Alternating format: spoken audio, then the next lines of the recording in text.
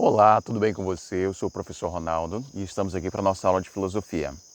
Aos alunos do segundo ano, nós continuamos nosso estudo sobre estética. E aí, vamos falar hoje sobre concepções estéticas. Lá no início do seu material, no início do capítulo no livro, nós temos uma tela, o qual eu quero que você olhe um pouquinho mais de atenção. E se você que está assistindo essa aula não tiver com o livro, você pode pesquisar na internet e olhar, por exemplo, a tela Onça Pintada 1, que é acrílico sobre cobertor, de Leda Catunda, de 1985.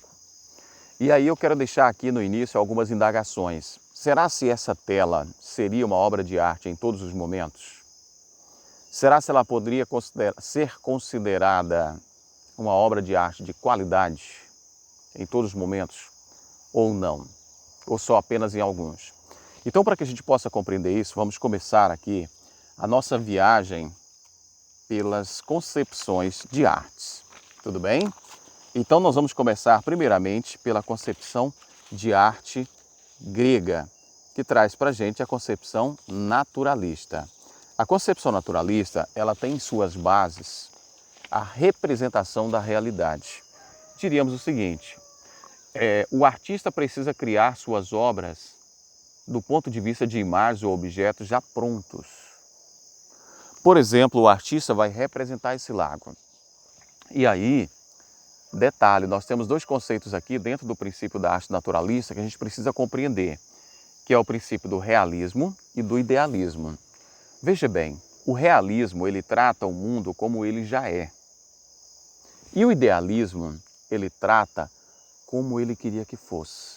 Por exemplo, dentro da perspectiva naturalista, se eu vou tratar com realismo, eu vou pintar desse jeito aqui, ó. Como você pode ver, tá vendo? Desse jeito. Se eu vou tratar com a perspectiva idealista, eu vou tratar ele de uma maneira como eu queria que ele fosse. E aí eu vou colocar mais cores, eu vou colocar uma lua bonita lá atrás, eu vou colocar um barquinho com um casal de namorados, eu vou colocar um cisne,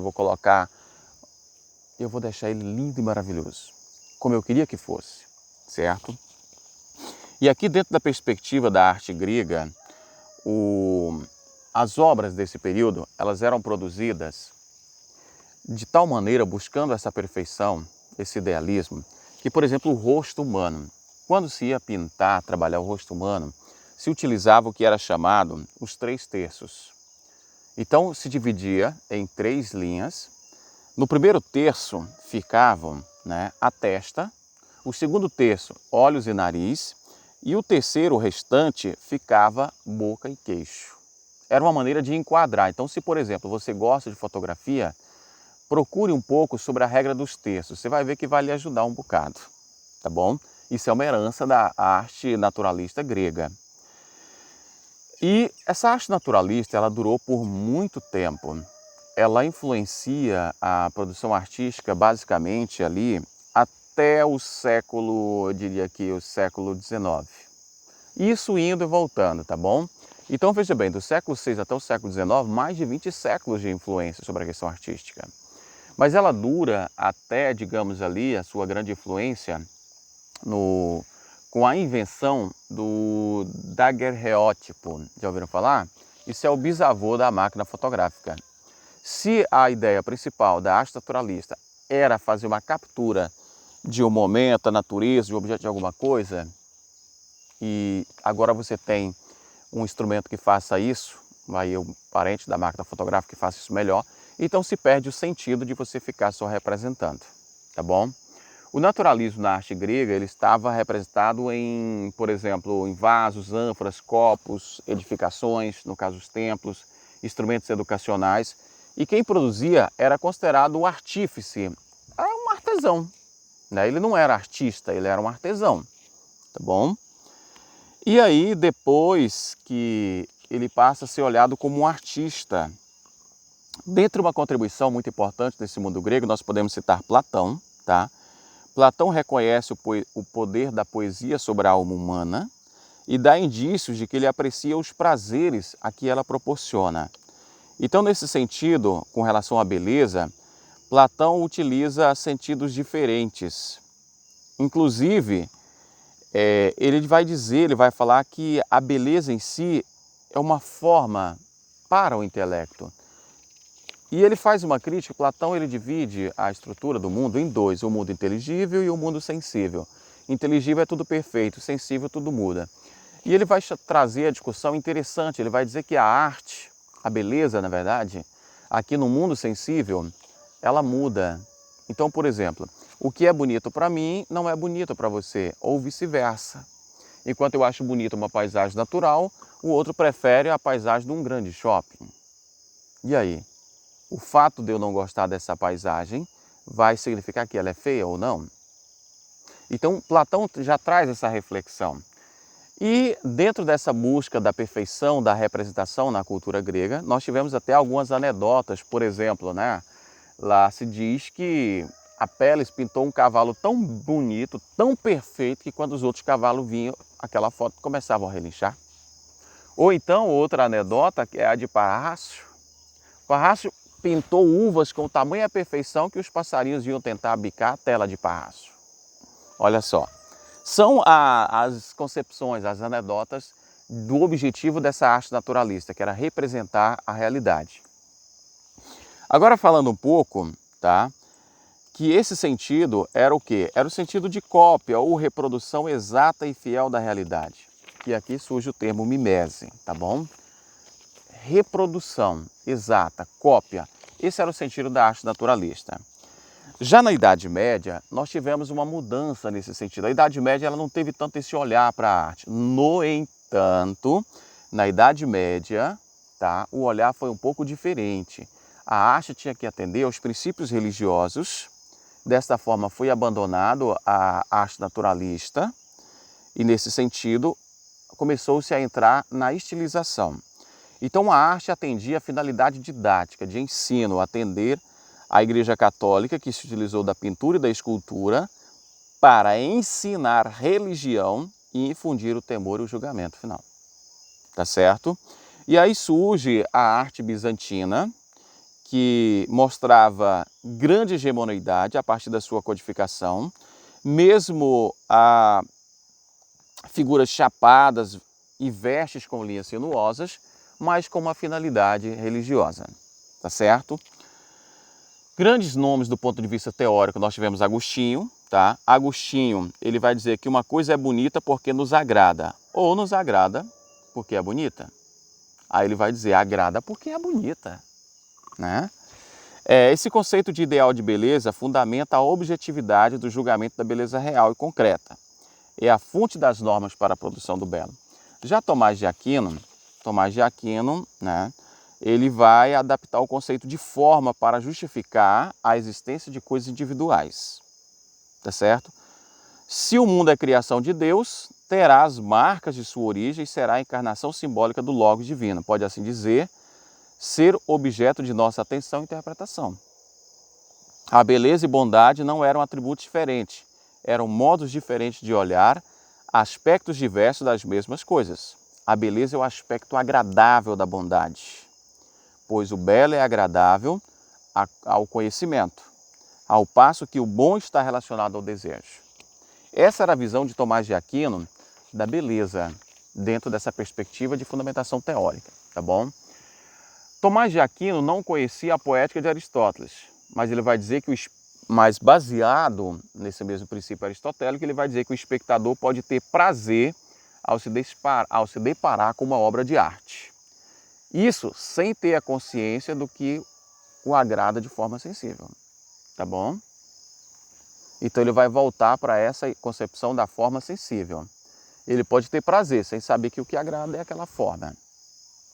Agora, num momento de grande interesse aqui, foi o renascentismo, o momento do Renascimento, que trouxe de volta o naturalismo. E aí é interessante você observar renascimento. O que renasceu? O naturalismo. Porque durante a Idade Média, ele ficou fora, porque nós tivemos um olhar religioso, né, em volta do simbólico de toda essa representação, voltada com a finalidade didático-religiosa, e o naturalismo ele retoma aqui no Renascimento. Passou a dignificar o trabalho do artista e levá-lo à condição de trabalho intelectual. a obra de arte assumiu outro lugar na cultura. Por mais que ele estivesse fazendo reprodução ou cópia, mas agora ele não era um artífice apenas, ele era um artista, ele era intelectual. Além de ser criação da inteligência e imitação da natureza, a estética renascentista era dirigida pela ideia de que beleza é propriedade objetiva das coisas, consistindo na ordem, na harmonia e na proporção expressa matematicamente. Olha só, depois você pode dar uma olhada em proporção áurea, que era a matemática aplicada à arte.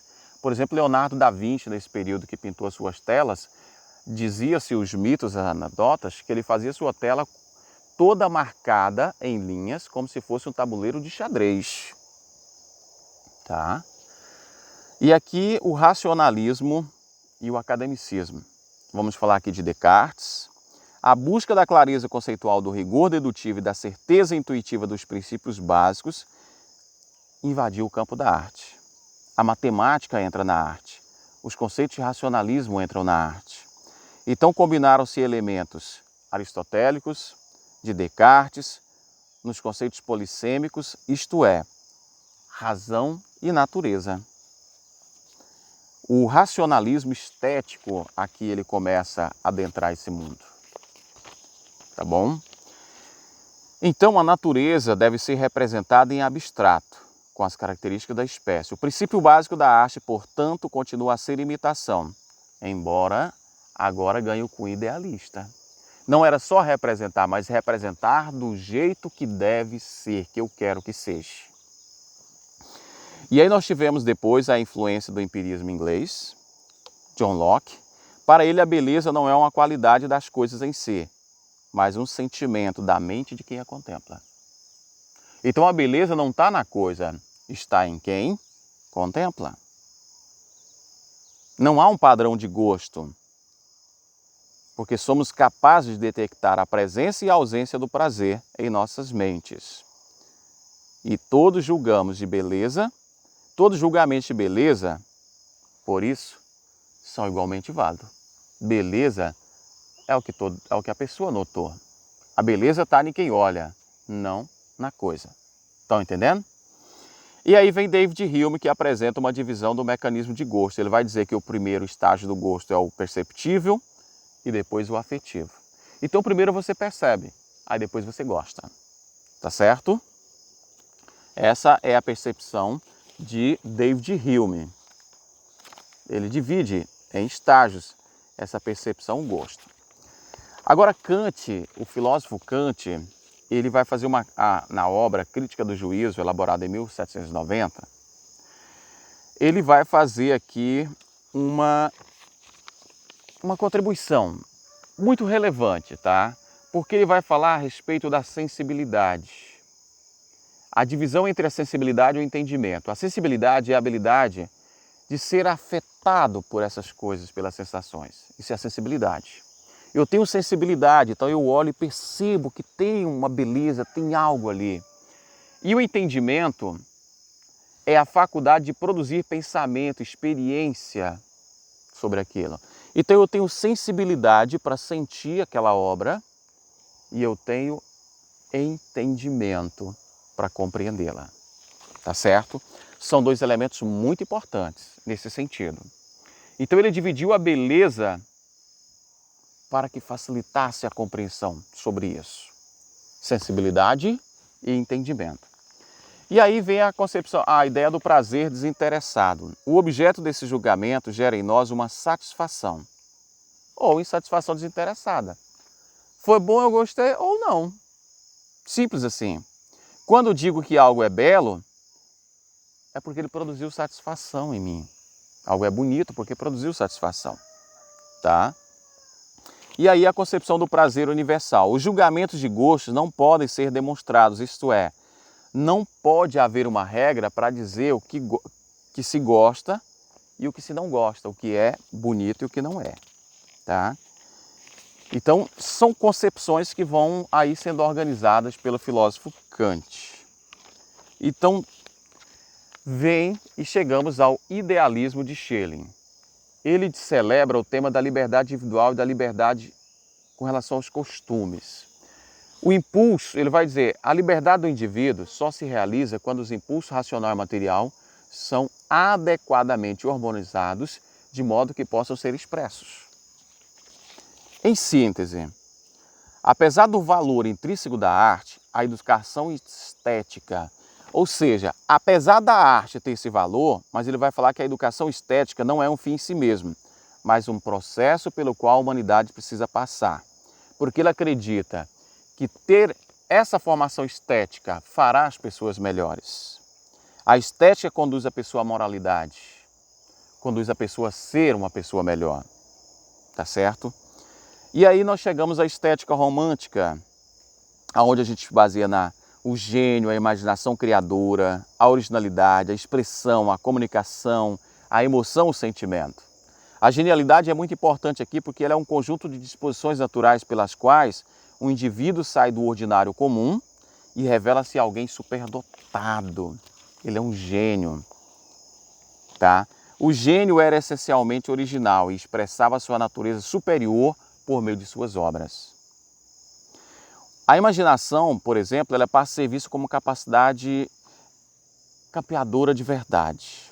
Ela capta essa verdade, acima da razão, às vezes superior ao entendimento. É um dom do artista. O simbolismo aqui nesse momento ele adquire especial relevância, porque a ideia de que a obra de arte ela é um símbolo, a encarnação do material, de um significado até mesmo espiritual às vezes. E aqui chegamos à modernidade e o formalismo, passando a apreciação estética a ser o único valor sobre a obra de arte. Já nesse momento do formalismo, da modernidade, a obra de arte, ela não está ligada mais à representação, mas ela está ligada à obra que é a obra em si mesmo. Nesse momento há uma ruptura com o naturalismo e nessa ruptura a obra de arte tem a função não é mais representar, mas promover valores sociais, morais, religiosos, políticos. Então torna-se impossível observar que a arte nesse momento ela promove uma experiência estética. Ela advém do estado do espírito, empírico, analítico, e ela não tem como função generalizar. O artista passa a menosprezar o assunto ou o tema da sua obra para valorizar o ato de fazer a arte. Qualquer assunto serve, mesmo nenhum assunto. O importante é o fazer, é a forma. A obra adquire um estatuto próprio de obra, pois ela é a própria realidade. Ela não é mais uma cópia ou uma representação, ela é uma obra em si mesma. E aí o formalismo é a resposta historicamente situada para o desenvolvimento significativo do mundo da arte. Os defensores da arte moderna propunham que o objeto da atenção musical deveria ser a estrutura musical. Não é só a letra, não é só o conteúdo, é a estrutura em si. Tá? Definir a arte como uma forma significativa. A verdadeira pintura, a obra, dirige-se à imaginação, estimulando o público a compreender, a apreender a obra, como uma configuração organizada em linhas, cores, formas e espaços. Olha só, a mudança que teve. O conceito de forma significativa é bastante vago e pode ser aplicado a todo tipo de arte e passa a ser um critério do que é ou não é arte. Então a gente muda de uma arte de representação agora para uma arte que o fazer a arte é que torna a arte uma arte. Então chega-se à pós-modernidade. É o pós-modernismo, tá? Coloca-se como reação à busca à universalidade e à racionalidade, propondo uma volta ao passado por meio de materiais, formas, valores simbólicos ligados à cultura local. Então nós temos uma arte agora que olha não só para o universal, mas para a representação, para essa cultura local. Criticam a ideia de que podem chegar à verdade. O acesso às coisas é mediado pela linguagem. Então a racionalidade é uma construção histórico-cultural. E aí os principais postulados pós-modernos vai dizer que não é possível haver interpretação da verdade na obra de arte. Uma obra de arte não é boa e não tem propriedade de formas intrínsecas. O mérito artístico é função das contingências históricas e culturais. A arte e os produtos culturais humanos em geral moldam o entendimento humano. E aí Jacques Derrida, né, um filósofo, ele critica a ideia modernista de que é possível chegar à interpretação de verdades da arte, pois as obras têm significados estáveis e inerentes a elas. É possível desconstruir os modos pelos quais os signos e conceitos são tradicionalmente relacionados um ao outro. Então vai dizer que a arte, aqui em síntese geral, que a arte ela é produto desse contexto cultural e não de como ela é feita, de todo esse trabalho. E a estética pós-moderna caracteriza-se pela desconstrução da forma. Não há mais uma história a ser contada ou personagens. É só aquele recorte pronto. Não são longas narrativas, não são histórias, são recortes. Eu diria que talvez aqui para você lembrar o que é o seu recorte, por exemplo, o stand-up. Nem sempre uma piada tem a ver com a outra, são recortes, né? Não são mais longas narrativas, tá? E aí, como ficamos depois dessa história toda? Então, para o naturalismo grego e renascentista, não seria uma obra de arte, se não imita a realidade. Não cria ilusão, ele só representa. Na Idade Média, não seria uma obra de arte, tá? Se não manifesta a natureza divina. Então ela tem que seguir padrões acadêmicos e racionalistas. Então, mesmo os empiristas ali colocavam a obra de arte como questão de gosto. E somente a partir da ruptura com o naturalismo, que vem o modernismo, né, que a obra de arte ganha um significado já mais amplo, de produção. E pós-modernista, ela vai ganhar um significado novo, não só da produção no que tange a forma, mas de uma representação em recortes locais. Pois bem, e para você, o que é obra de arte? Você concorda com essas correntes que abordavam a obra de arte em cada uma nessa perspectiva? Pois é. O que caracteriza para você uma obra de arte? O que ela representa, como a qualidade de uma fotografia? Ou o que caracteriza ela para você é a qualidade do artista em fazer? Pois bem, eu deixo para você a reflexão de pensar um pouco sobre o que é arte. Dá uma pesquisada, dá uma analisada, responde a atividade. E uma surpresinha para você, semana que vem nós vamos ter uma atividade avaliativa. Então dá uma olhada no material de maneira geral. Estamos perto de finalizar o segundo bimestre. Então olha o material, dá uma estudada e nós vamos fazer uma avaliação semana que vem. Grande abraço, se cuida, a pandemia não acabou e que Deus nos abençoe.